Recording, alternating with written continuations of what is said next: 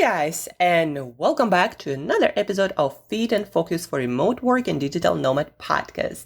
My name is Shurina. I'm your brain coach, and this episode is brought to you by me, your brain coach and Brain Mastery Academy, where we teach all the brain tools you can use to help your brain do its absolute best, make best decisions, feel confident, have great focus, great memory, great creativity, learning abilities. Our brain at its best can do so much. It's freaking still amazes me how many more talents I'm discovering. Not every day, but every week, every other week. I'm like, I didn't know I could do that. Meaning, one of the things that's been, as I've shared on the podcast yesterday about motivation, that's been amazing me. One of the things is that when I wake up, right, not necessarily feeling like doing a lot of things, you start doing certain routines and you start connecting to your vision and you start thinking about the exciting goals that you have. And all of a sudden, you feel completely different. And what amazes me about that is that we have so much more control over how we feel. And if we don't follow the pattern, I feel that way, and I start finding or looking for an explanation of why I feel that way. Let's say it's negative, right? And then I start approaching the whole day in a negative way. No, instead, you're like, I feel not that great. Is there a real reason? You're like, I don't really care, but I need to feel better, right? How do I make me feel better?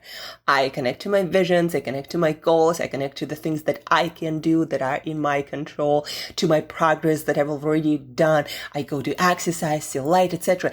And all of a sudden, I'm a completely different person, right? It still amazes me how much power we have over this mental emotional state. I wish somebody told me that when I was a kid and I used to cry over different things that were of course not important, but my parents didn't explain to me, well, let's try this. I think only exercising regularly saved me from being a completely depressed child, to be honest. So it's really, really powerful now that I have these tools. And if I don't feel like something, like, okay, what are the things that I can do to make myself 100% better? Like turn 180 degrees, right? And this tool is available to everyone. So this kind of tools we, of course, teach in Brain Master Academy, but also everywhere on my social media and all of my content.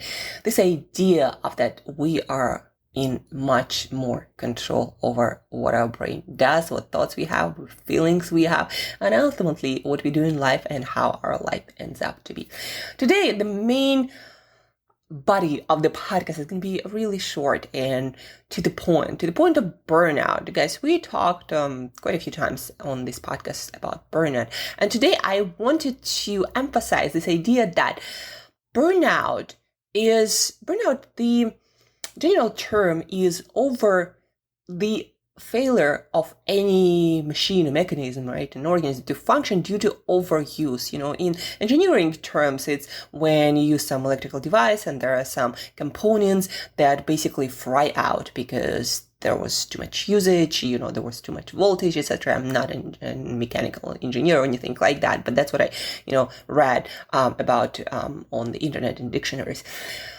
But then when it comes to you in a live organism like a human being, what we know is burnout is when you lose that spark, right? This ignition to do anything. And by to do anything, I mean even feeling excited about life. Because guess what, guys? When we're excited about life, we want to do things.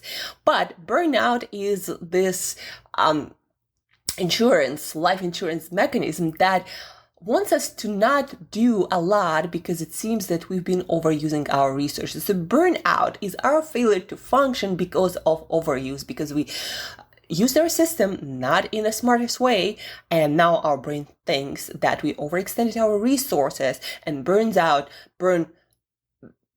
out, this effect of feeling burned out. It happens because certain systems in the brain gave a signal that, hey, it seems like this body is using a lot more resources. So let's downregulate the system. So of course the brain is not thinking that, logically. It's just how the system works on autopilot without consulting you, without any thought. So you stimulate your dopamine system. That's what I'm talking about here. Dopamine system that is designed primarily to make us take action that take resources, that take energy, right? So we overuse it, we overstimulate it, and the brain shuts itself down, shuts the whole organism down. Basically, it's like, you overextended yourself, it seems, and so now you have no enthusiasm, no drive to do anything, no mood to do anything. You're just gonna sit, be moody, and wanting to do nothing. So dopamine system, the peculiar thing, the interesting thing about that, it is our drive to achieve. It is turned on when we are in pursuit of anything. It can be a minor thing like getting yourself breakfast, or it can be something major like working on your 5-year plan, doing some work-related activities, right? So we're using dopamine system all the time, almost, when we are doing something active during our day. But also dopamine system, it's stimulated and kind of being used by some substances and some activities, and it's being stimulated by a much larger degree than naturally our body, our brain are used to. So those things that overstimulate dopamine are things that are created by our civilization. No surprise here. Naturally, just like our parents, our grandparents, they didn't have much burnout. Yeah, they would get tired, like physically, but mental burnout is quite a new thing, actually. And that's because they didn't have all that much processed food, all these games and social media and all these highly stimulating activities. They use our dopamine system. And so instead of using it for getting things done, let's say, work or maybe physically, right? Exercise also going to use some of the dopamine system. So instead of using it on some proactive stuff, on something productive, we are overstimulating it with social media, with processed foods, with games, with too much caffeine, maybe sex, porn, maybe smoking also stimulates a lot your dopamine system. Maybe you use some recreational drugs, maybe too loud music on the weekends. All of that gonna overload your dopamine system, and so you're gonna feel burned out, not because you did a lot of stuff like our parents would do physically, but because you overstimulated your system to the point of burning out, right? That's why you gotta limit your social media. And I personally use it 9, 12, 3, 6. Sometimes, these times floats, but I'm making sure that for 2-3 hours, I'm not using it. And then I use it, I check it for, work-related stuff, and then I don't use it again. I don't chat on it.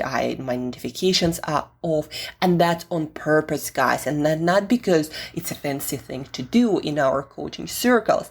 No, it's because it's literally burning out your brain, and then you feel fatigued for the important things. And that's where you're losing. You feel overwhelmed and fatigued, not because you're doing too much, but because you're on social media too much. Isn't that kind of sad? Especially if you are a high achiever, especially if you have high hard goals, especially if you want to do a lot with your life. Like, be sure that you are careful with that. With the social media usage, with that processed food, and with processed foods, the problem is the delivery system. Right? It's not that there are too many carbs or fats or whatever.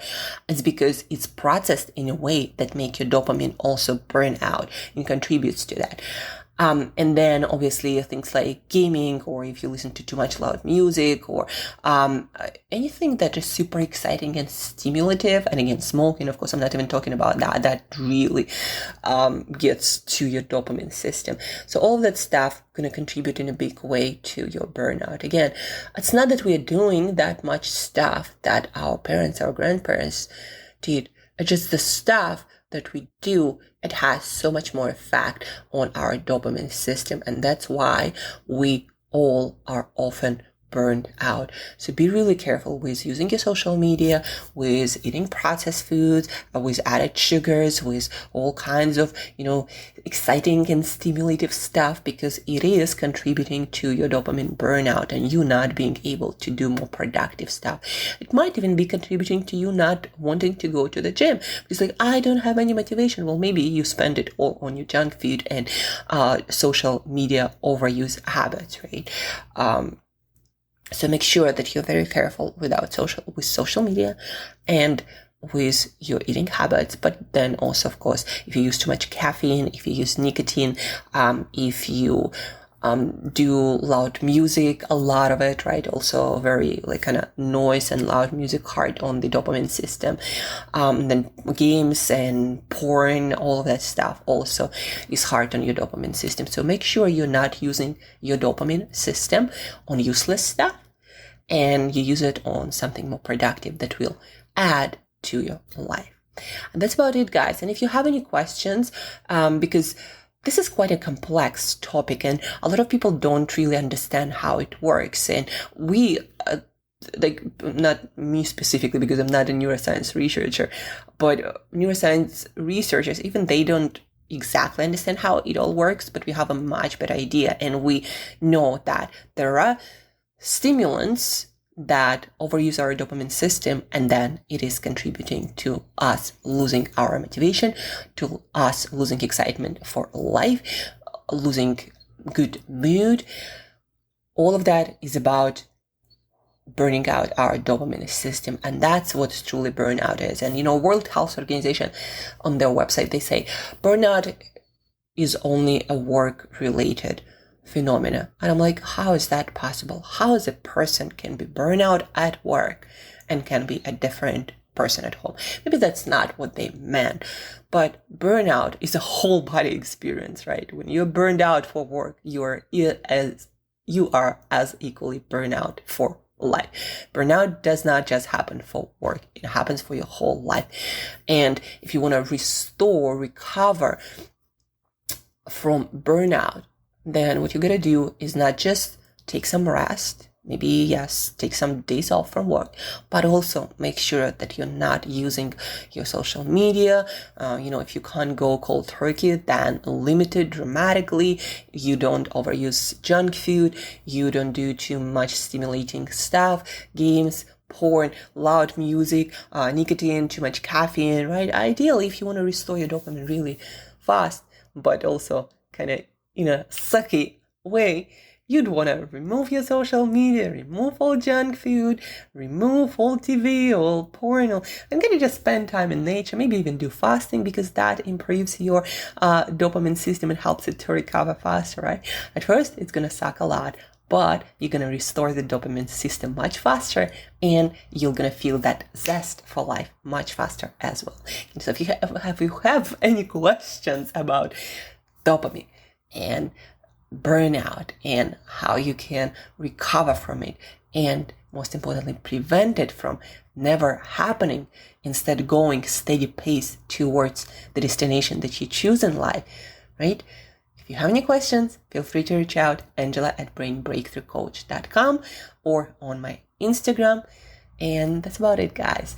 I hope you found this episode useful. Please don't forget to share it in any way possible. Review it if you are an iPhone user on iTunes. Give us 5 stars. It really helps this podcast to move into the ears of a lot of people, right? So share, maybe screenshot it, put it on Instagram, tag me at 1000 Year Young Angela Shurina, and think about your usage of all these different substances that we talked about.